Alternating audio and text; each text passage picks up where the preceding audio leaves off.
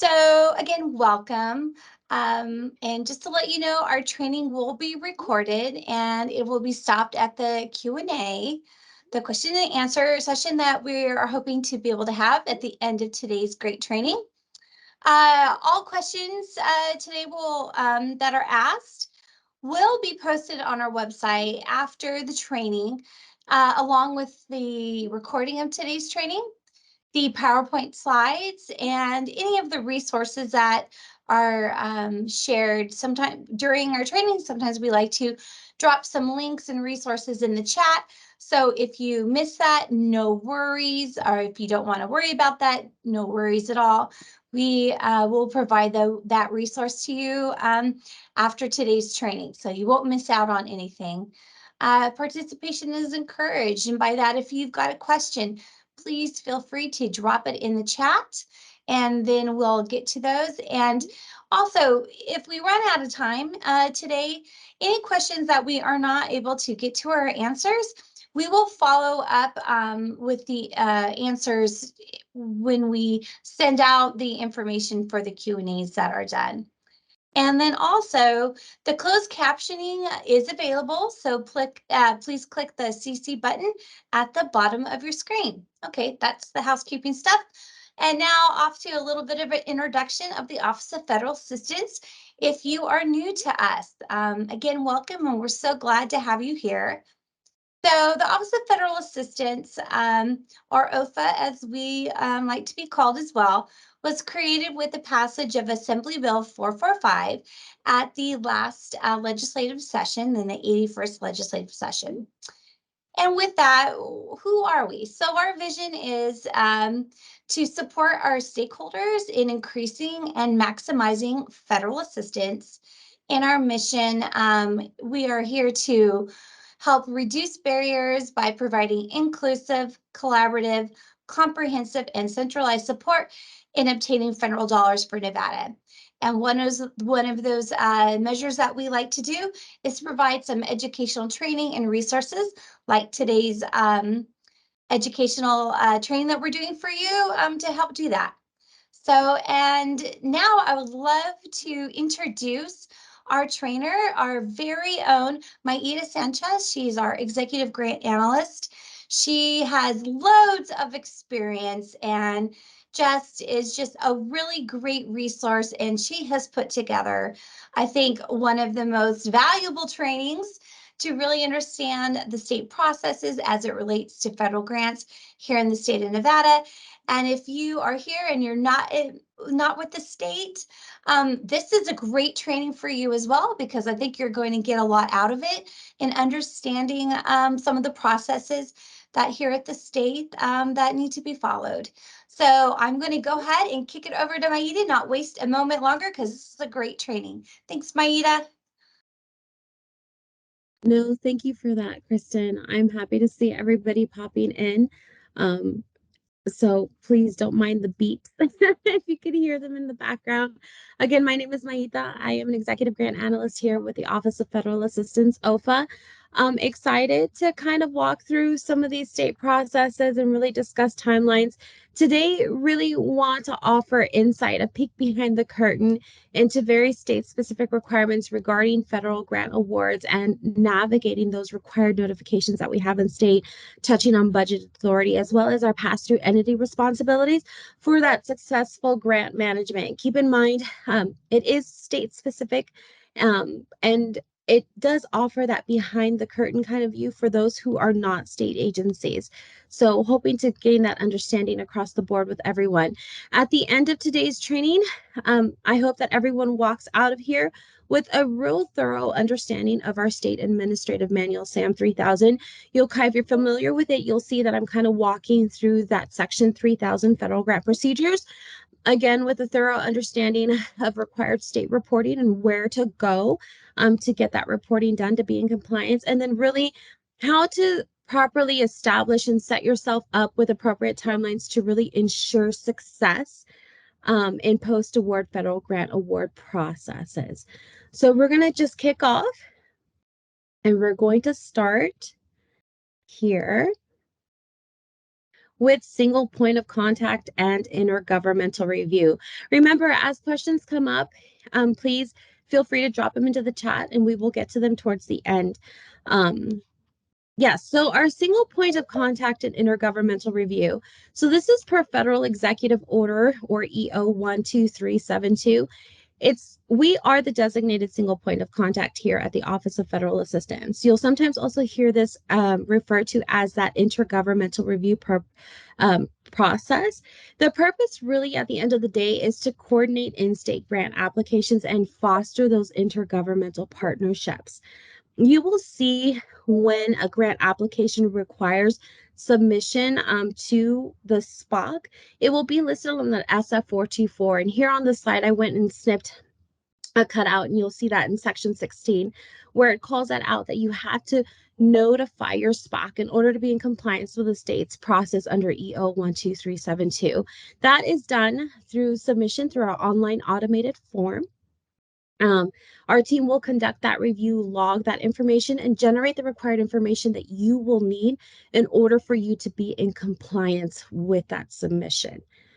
So moving forward, we also have, and this is if it's called out in that federal grant, per NRS here at the state, through Nevada Revised Statute 223480. We also have it in that State Administrative Manual SAM 3000. There is additional required reporting to the Office of Federal Assistance done also through an online federal assistance notification form. Historically, if you're familiar with the old grants office, it was a PDF email to our office. We don't do that anymore. So you just go online to our website and you fill out this federal assistance notification form. State agencies are required to submit their notice of application to us. You also have to submit any changes to an existing grant award, as well as notify us of any closeout and if funds will or have been unexpended at the end of your grant period of performance. So please remember to do that to be in compliance. And again, that is done through that federal assistance notification form, which can be found on our website through ofa.mv.gov. So that's easy for OFA. Moving forward, so we also have the Nevada State Clearinghouse. You see this in SAM section 3018. So this is housed within the Department of Conservation and Natural Resources, and it's to inform the executive branch agencies of significant federal projects and policy initiatives that affect Nevada. So they want to ensure that pertinent state agencies and other local governments are notified about the projects and then provide an opportunity for comments back to the federal agencies to really help facilitate the consultation process. So prior to submission of a grant application and the acceptance of a grant award, you do want to notify the Nevada State Clearinghouse of this. And you could post your notice to the clearinghouse. Information is here. And we're also dropping that link into our website or into our chat box. I'm so sorry. So pre-award. So as we move forward, so prior to the submission again of your grant application and the acceptance of a grant award, you want to make sure that you have several building blocks in place to really ensure success. This includes whether your agency has appropriate authority to even apply or submit an application on Nevada's behalf. You'll want to make sure that you have an established system as well of internal controls and a financial management system in place so that you can best manage your funds. The state does make sure your agency is aware of these systems. Please reach out to your fiscal and budget team always and inform them with time that you are planning to apply for a federal grant opportunity so they can also be prepared. So you have your internal controls. Non-federal entities must establish and maintain those effective internal controls per our 2 CFR. You also need to have your policies and procedures in place. Again, this is to detect fraud, to prevent waste, to mitigate abuse of federal funds. We really need to make sure that these are in place prior to application of a federal grant to make sure that we ensure success of that grant. So moving forward, Just FYI, I'm looking at my notes. Become familiar with the expectations and with the grant management life cycle. The OFA, which we recently just published our grant manual. It's been updated just recently. So go to our website and we'll drop that link here towards the end of the presentation. It's a really great resource that you can leverage and use to really update your internal policies and procedures around grant management. Thank you, Kylie. Next, you want to be familiar with SAM.gov and grants.gov. This will again ensure success. Though this isn't necessarily a state-specific process, you need to register with SAM.gov, and SAM is connected with grants.gov. So SAM is what provides you with that UEI number, which used to be the DUNS number, and this must be current in order for your agency to be able to apply for your grant. So this affects timelines and your timing in the state. So you want to make sure that you visit their website, you follow their instructions, you find your UEI number. You could always reach out to our team for any technical assistance to help with that. So keep in mind that SAM takes time, a lot of time sometimes. So as you identify your grant opportunities, you want to make sure that you have these building blocks in place, that you've built in this time ahead of time to make sure that you're properly set up to even, one, apply for a grant application, and then two, to accept and obtain that budget authorization of that federal award. So we're going to go ahead and continue and dig into the next steps of this post-award phase. You'll want to be cognizant again of the lead time in your grant application, most notably within your budget, because a lot of these processes in the state affect your budget. Usually, best practice, I would say, is that you want to set up your first quarter of your award year or your period of performance as that. Let's set up what we're going to talk about next. You want to dedicate into standing up your grant so that you could begin to manage the program. So keep in mind that you're going to be working in tandem. You're going to be leveraging a lot of these strategies to accept your federal awards and begin the programmatic pieces of work as well. And remember that planning really is 90% of that battle, right? You want to stand everything up. You want to dedicate your time to plan so that that 10% remainder is that execution, and you're really setting yourself up for success in building in that lead time. So let's go ahead and go through the next few slides here and talk about notifications. So post-award notifications. There are several post-award notifications that have to be submitted and several steps that have to be taken once you have received that notice of award or that notice that you have or will be receiving federal dollars to support your work. Notifications need to go, in addition to what you've already submitted to the OFA, to the Governor's Finance Office, the Legislative Council Bureau's Fiscal Analysis Division, as well as the Controller's Office. Excuse me. We'll go ahead and walk through each of these offices, and please remember to always take the time to reach out and explore the websites and ask questions. We're going to work through our budget authority, what a work program request might look like, how to go through those steps. We'll become familiar with the interim finance committee and our job number maintenance form. So remember, always remember, an agency may not incur expenditures without proper budget authority. Therefore, agencies have to budget for the grant award if it was not approved as part of the legislatively approved budget. Any changes to an existing budget authority are completed through a work program. You can always see SAM section 2524 for reference on work programs. The information on the notice of grant award and the submitted application will really assist you in completing your work program. This is why it is required that you submit your notice of award with your work program to the Governor's Finance Office. It can sometimes be a little overwhelming and confusing. You can feel rushed, right, to get your money out as soon as possible, especially if you have to hire staff or you have to draft a contract or you have to work through the subrecipient process, subawarding process to actually get your work up and running. So remember, again, I cannot emphasize enough to build in that lead time at the end. Make sure you keep an open line of communication with your federal program officer and all of your state contacts as well as with your stakeholders, your subrecipients and your contractors and your vendors, to let them know, again, you're working through these state processes and you're taking the time to submit this information. So You'll want to identify first your contact over at the governor's finance office. These are your first steps. You can find this information online through their budget assignments list. And this is kind of a little screenshot here, and we'll be dropping in that chat.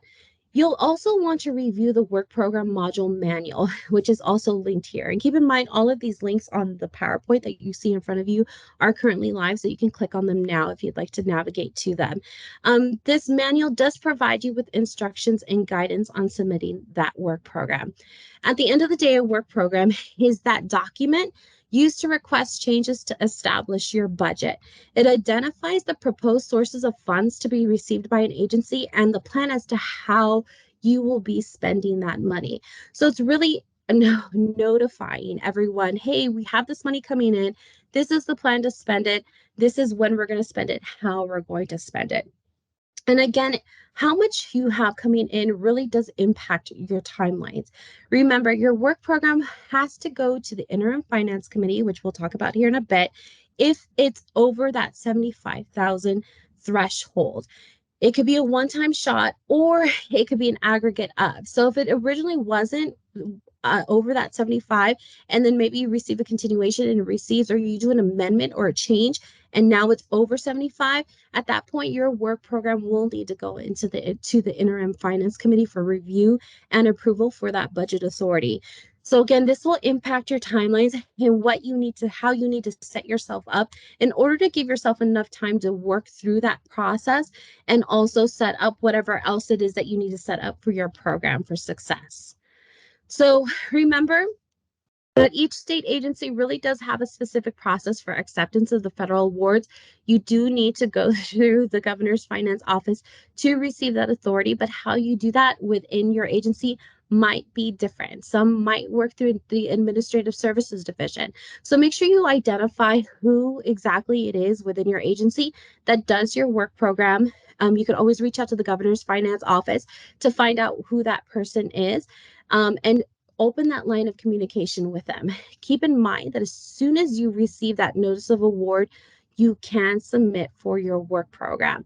So a good practice is that if you know that you're going to have federal award money coming in, you want to start to gather all of your documentation and do all of that legwork so that once you do receive that notice of award, you've already opened your line of communication with your GFO or your ASD folks, your budget folks, and you're just waiting for that notice of award and whatever documentation that you might need in order to move that forward so that it can be put on the IFC agenda if that's the case.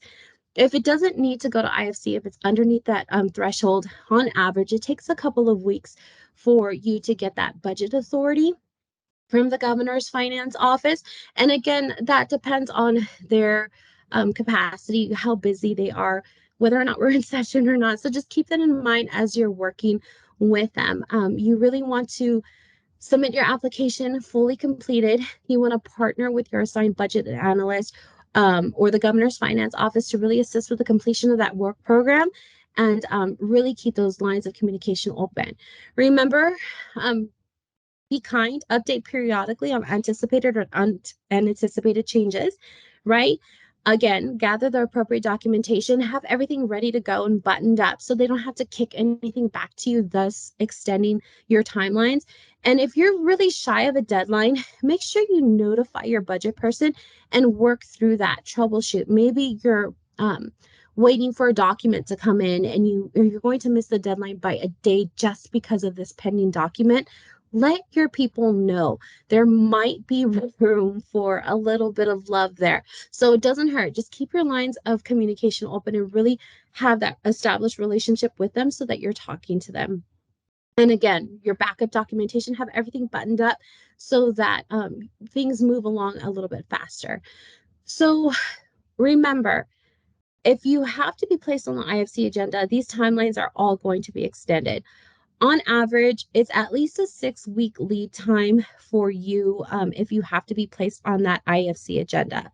So this is where it's important, again, to keep in mind or to keep your communication open with GFO especially if you might be pending documentation to miss a deadline. So just keep that in mind, and then keep that in mind as you build in your budget, or you build out your budget in your grant application, that you're going to need to have that 6 week of lead time if you're going to have to go to IFC to obtain budget authority to even accept the award. So speaking of, so next we have the Legislative Council Bureau Fiscal Analysis Division. Per NRS 353245, you're also required to submit your grant award to the Fiscal Analysis Division. LCB provides the Fiscal Analysis Division provides professional independent review and analysis of budgetary and fiscal matters to the Nevada legislature.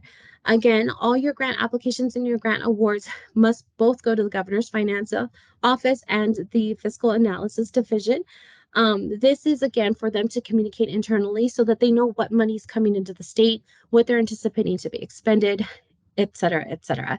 So email your information directly to fiscal@lcbstate.nv.us. And you can always reach out to them if you have any questions. Next, we have the controller's office that does a ton of stuff. If you have not already, I recommend that you do visit their website. They have a wealth of information. Keep in mind, it is an intranet site, so you'll have to be logged into your VPN or be in office to access their website.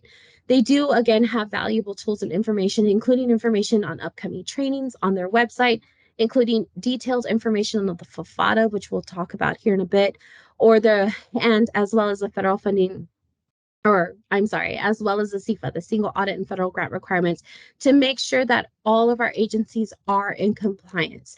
So the controller's office is where you take your next step, right? So you've gone in, you're doing your work program, you've submitted your information, you need to establish your job number. So this isn't necessarily a reporting requirement, but it's necessary in order for you to get any work done. So this will allow for grant award transactions to be tracked within the receiving state agency's budget. Keep that in mind, this receiving state agency's budget. To request a job number, you do need to complete a job maintenance form using the state controller's office form and established process. Keep in mind, we're dropping in links into the chat. You will not be able to access these links if you're not on VPN or if you're not in office. So keep in mind as well, these links might be updated. So we recommend that you reach out to the state controller's office, you drop into their site and look for the latest versions of all of these forms, and that you take a look at their user manuals for details on how to complete the form correctly. So I wanted to just throw out a best practice in regard to job numbers. So you get your notice of award, you're doing your work program, you're setting up your job number. Let's say maybe a couple of years pass by. It's a 4-year period of performance. And all of a sudden, you do a project change, an amendment to your grant. And now your period of performance has been extended an additional, I don't know, maybe you got an extension for 6 months. You need to make sure that whenever you do any type of change to your award, that you also update the controller's office and your job number. So in this particular example, your job number will become inactive once that extension hits. So you need to make sure that you go in and you update that job number so you don't run into that like little hiccup, right? And you really keep those lines again of communication open with the controller's office. Let them know, hey, we've made an amendment. We still need our job number active, or hey, now we're expecting more money, so you'll see that this job number is going to exceed that additional plan that you had put forward through that work program. So just keep that in mind. As an FYI as well, the controller's office really does manage many different activities, including the single audit activities. So that includes our Treasury State Agreement and Memorandum of Agreement for major programs, our state agency corrective actions for audit findings, and our single audit inquiries for the auditor. So on their website, and you'll see the links here, you will find the general governmental accounting policies or the state accounting procedures for our accounting system. I highly recommend, if you have not read through them, you don't have to read through them deep, but at least skim through them, to take a look at those. It really presents fairly what it wants to do is it wants to present fairly and with full disclosure the financial position and the results of financial operations of the funds of the state, transparency, right? And really demonstrate our compliance with legal and contractual requirements related to finance. It really highlights everyday federal grant activities and the year-end activities and reporting that are required. So I definitely recommend that you go through, become familiar with those policies and procedures. For example, just reading through the definitions of different things. For example, authorization as it's defined within the policy. It really, really kind of helps provide clarity and provide direction for you as you are learning or freshening up on different policies and procedures. The Controller's Office also manages our single audit federal grant reporting, which I'm going to dig into the next slide. So just remember your subrecipients and your contractors, they need to be registered as a vendor in order to do business with the state.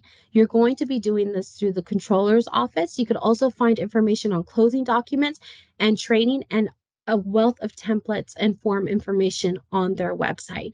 So please take the time and to navigate and explore and snoop through their website. So next we have those single audit requirements. To ensure that the state of Nevada really does remain in compliance with the Single Audit Act, amended in 1996, each state agency receiving federal funds is required to provide information the information requested on the single audit certification form to the Controller's Office. And we'll drop a link into that form. Thank you. Instructions for the form can also be found on their website, and we'll go ahead and link that into the chat as well. So keep in mind, the figures accumulated from these forms will be incorporated into the schedule of expenditures of federal awards, or as they refer to it, as we've referred to it, as the CFA, which becomes part of that single audit report reviewed by our outside auditors. E. Bailey, I think is how you pronounce it. I apologize if I murder that. It's very important that you submit accurate information to the Controller's Office in a timely manner. You'll want to review that and take the time to go through that and report that. Keep in mind that any non-federal entity that expends $750,000 or more must go through this process. Also keep in mind that this threshold is a statewide threshold and not an agency-wide threshold. This is something that I had to learn. Yes, the controller links are not working because you have to be on VPN or in the office for them to work. So if you're outside, they will not work.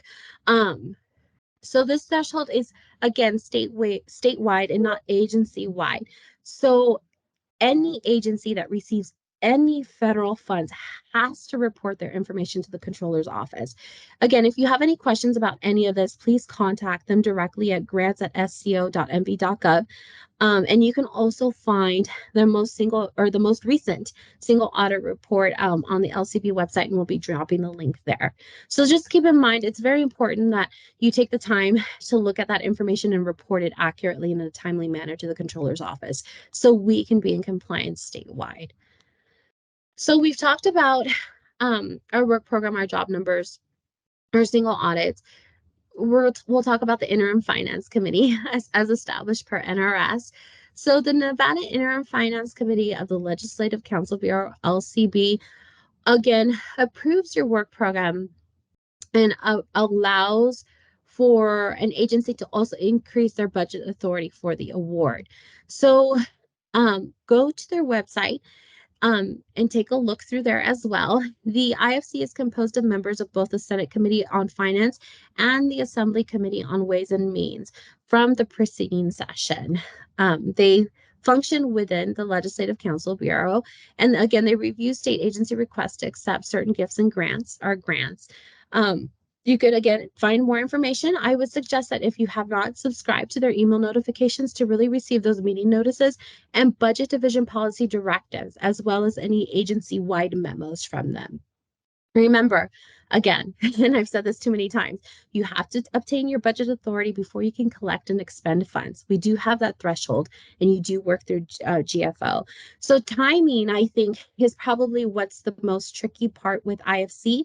Timing with IFC can sometimes be really challenging. So again, subscribing to those notices and just allowing a 6-week lead time by default when working with IFC, I think will really help in regards to submission of your work program and when to expect it to be placed on the IFC agenda. Keep in mind, IFC does meet during session. Sometimes it meets more often. Sometimes it meets less often.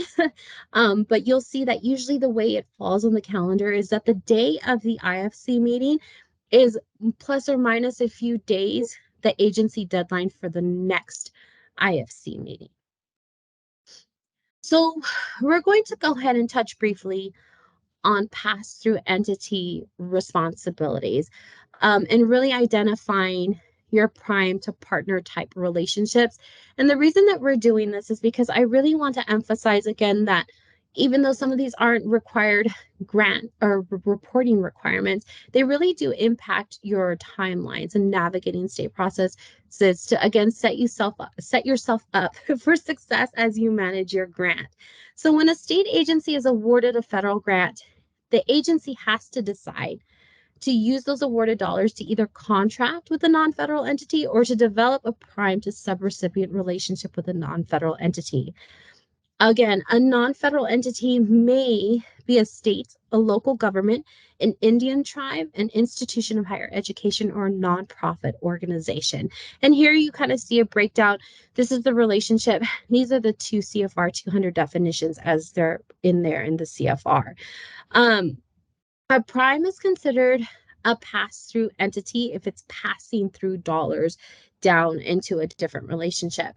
And really, at the end of the day, they are responsible in ensuring compliance with the federal grant award and really monitoring and ensuring compliance with all federal requirements of each subrecipient and contractor. And that can vary depending on the type of relationship, if it's with the contractor or with the subrecipient. So just keep that in mind. You want to do this legwork, this identification of relationship as you're writing your grant application. You already want to have an idea when you're putting together your budget and your scope of work. Hey, this is how we're going to, you have to have it in your budget. Hey, this is how we're going to pass through this dollar. This is how we're going to pay this program, or we're going to hire this vendor or this contractor.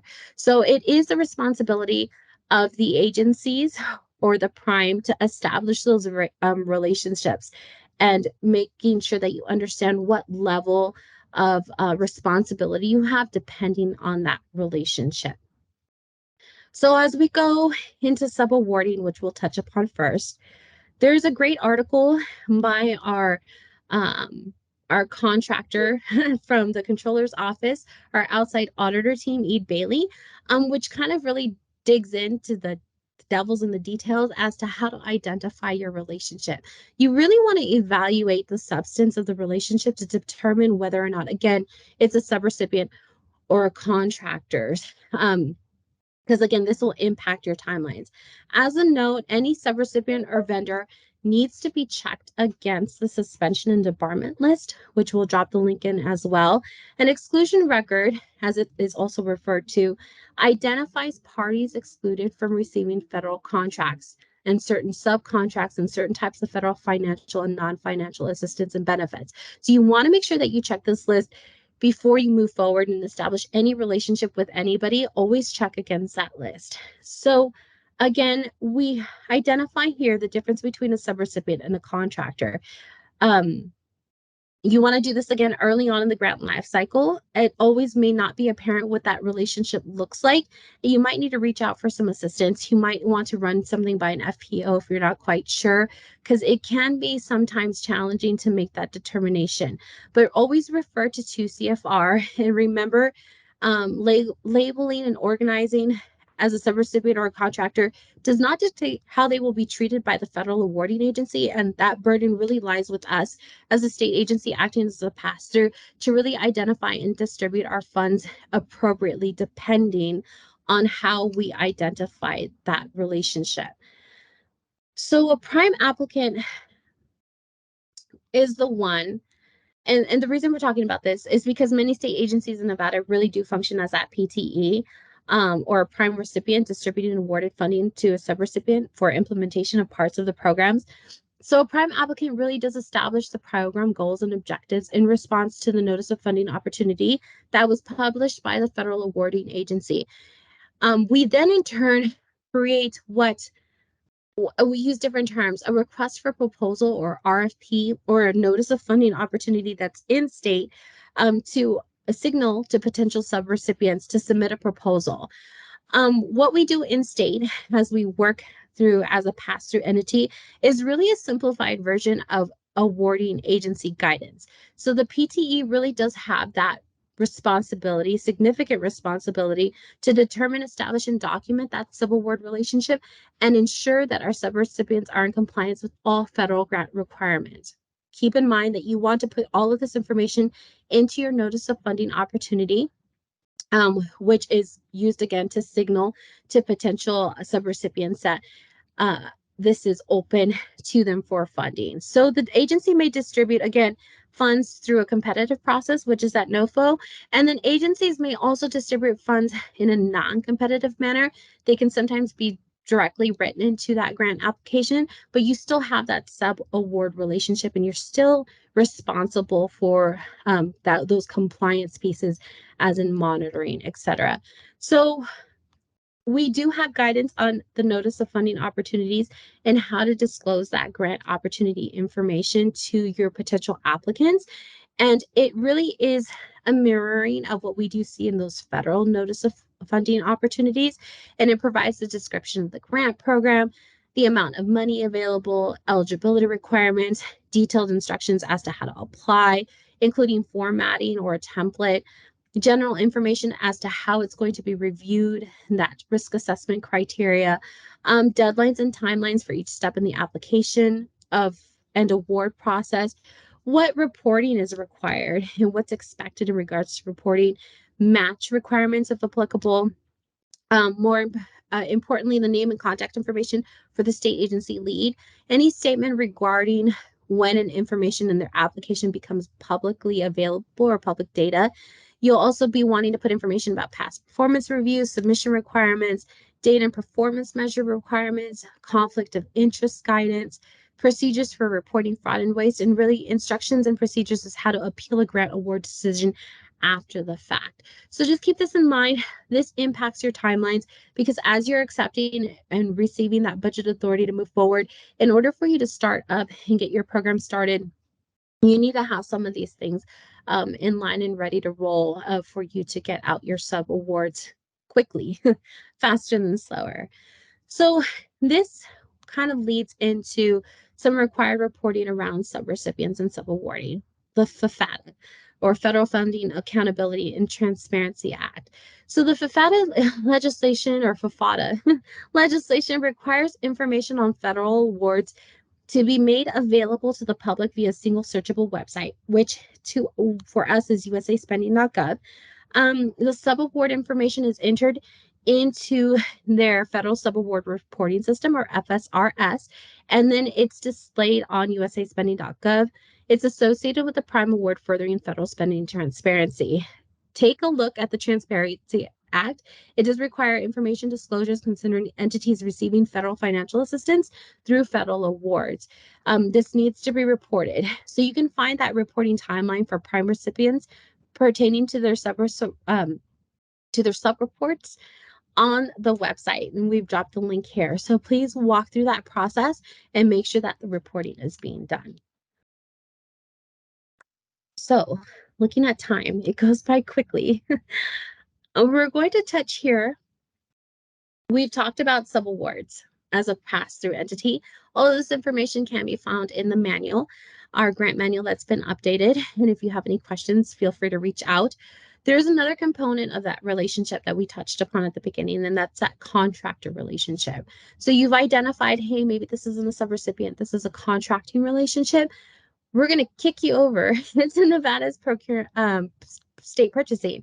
If you find that your relationship is not that prime to sub, you want to establish that contractor relationship, please refer to Nevada's procurement policy and the contracting toolbox. You can find everything in NRS. All these are live links. We'll be dropping them into the chat as well. State purchasing has a wealth of resources and beyond intelligent people over there. So please reach out to them for information and guidance to help you through that contracting process. Keep in mind, All of these links, we're going to be dropping or providing them to you after the training as well. So if you don't catch them all right now, don't worry. But yes. And because I'm talking about contracting, another state process to kind of navigate is the Board of Examiners. Here, we can see Board of Examiners was created by NRS 353010. Its purpose really is to review those claims for payment pursuant to an appropriation or authorization by the legislature. Members, again, consist of the governor, the secretary of state, our attorney general, our budget director, as an ex officio clerk of the board, per NRS. I suggest, if you haven't already done so, that you go to their website, look around. There's the calendar for this upcoming till the end of the year. Subscribe to their notices listserv so you can get any updates from them as well. So because we're kind of looking at all these timelines and we're really trying to figure out, okay, so I got a notice of award, I've gone through these processes. I wanted to walk through a hypothetical with everyone just to kind of see what it might potentially look like. So we'll go ahead and go through that process here, and then we'll wrap up with how we can best support you, and then we'll take some Q&A if we have some time. So here's a hypothetical. So here you can see the different types of calendar years, and this can always be really confusing for individuals because, well, not confusing, but we do have various timelines that we're looking at, right? We're looking at our federal fiscal year, which starts at a different time than our state fiscal year. And then we also have our calendar year. And keep in mind, the calendar years and tribal years are the same. And then I also broke this down by quarters, by federal quarters, so we can kind of see that breakdown. I wanted to give a hypothetical of a federal grant award that was awarded just recently. Let's say this was awarded May 18th. This is an actual award that I found on USA Spending. This award is under the 75K threshold. It was awarded May 18th, and it has a period of performance for only a year. In this particular case, we could see here that if we have this under the 75K threshold, we only need to do our work program and our job maintenance form in order for us to really get that budget authority to start our programmatic work, right? So we can start fairly quickly just because of the amount of time, especially if you have everything teed up. You need about a month and a half to accept the award, submit the information, wait a couple of weeks, have that open line of communication, and then get that program started. Now, things become tricky when that award is larger, right? And we find this happening a lot. So let's say that we do receive this award May 18th, and it's over that 75K threshold. So we know that we have to not only submit for our work program and our job maintenance form, but we also have to be placed on the IFC agenda. So if we look at the current timelines, we know that our upcoming IFC meeting is in June, but we've missed that deadline by like a lot because the deadline was April 26th in order for you to be in that June IFC agenda, which is unfortunate, but things happen. So what we want to do is we want to set ourselves up for getting our program started as soon as possible. And again, this really highlights what I was talking about earlier. When you write your grant application, you write your scope of work, and you write your budget, that first quarter of that first period of performance, you really want to allow that time, that grace period for yourself to really set up all of these different pieces that you need to set up internally so that you're also getting things stood up appropriately. You're rushed, but within a feasible kind of way, so you're not crying about your grant.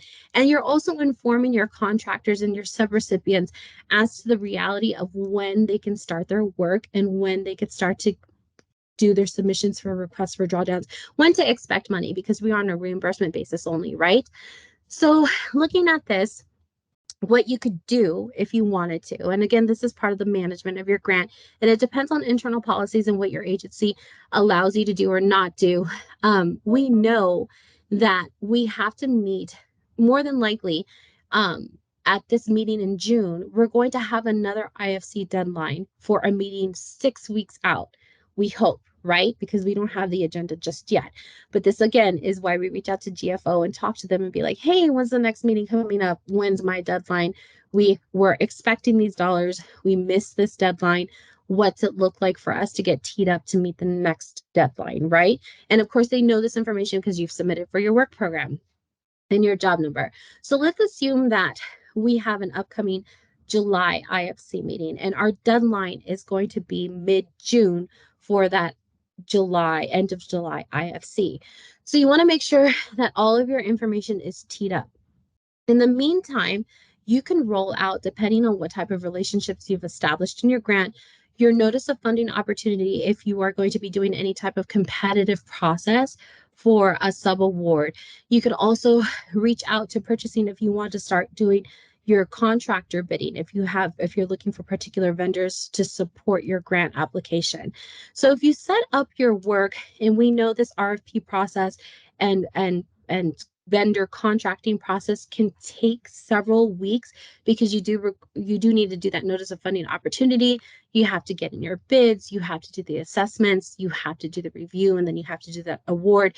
You want to give yourself enough time so that when you do get to that IFC due date, that deadline, you already have your work, the legwork done so that you can then proceed with the actual sub awards or contracts as needed. Keep in mind, the caveat is that while you roll out these notice of funding opportunities or contract bids, that you do need to put in there that it is dependent on funding approval, right? So if you don't get funding, they're obviously not going to get awarded that contract. So just make sure, or that sub-award, so just make sure that you do have that language in there somewhere.